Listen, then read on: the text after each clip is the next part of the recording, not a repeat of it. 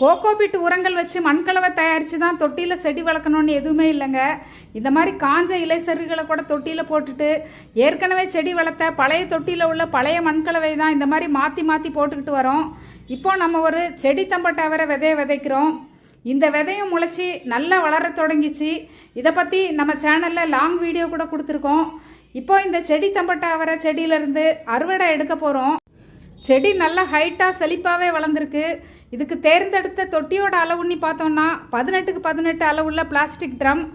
ஒரு விதை தான் போட்டு நம்ம செடி வளர்த்தோம். அதனால தான் இந்த செடி நல்லா செழிப்பாக வளர்ந்துருக்கு. நம்ம எந்த காய்கறி செடிகள் வளர்த்தாலும் தொட்டியோட அளவு ரொம்ப முக்கியம்.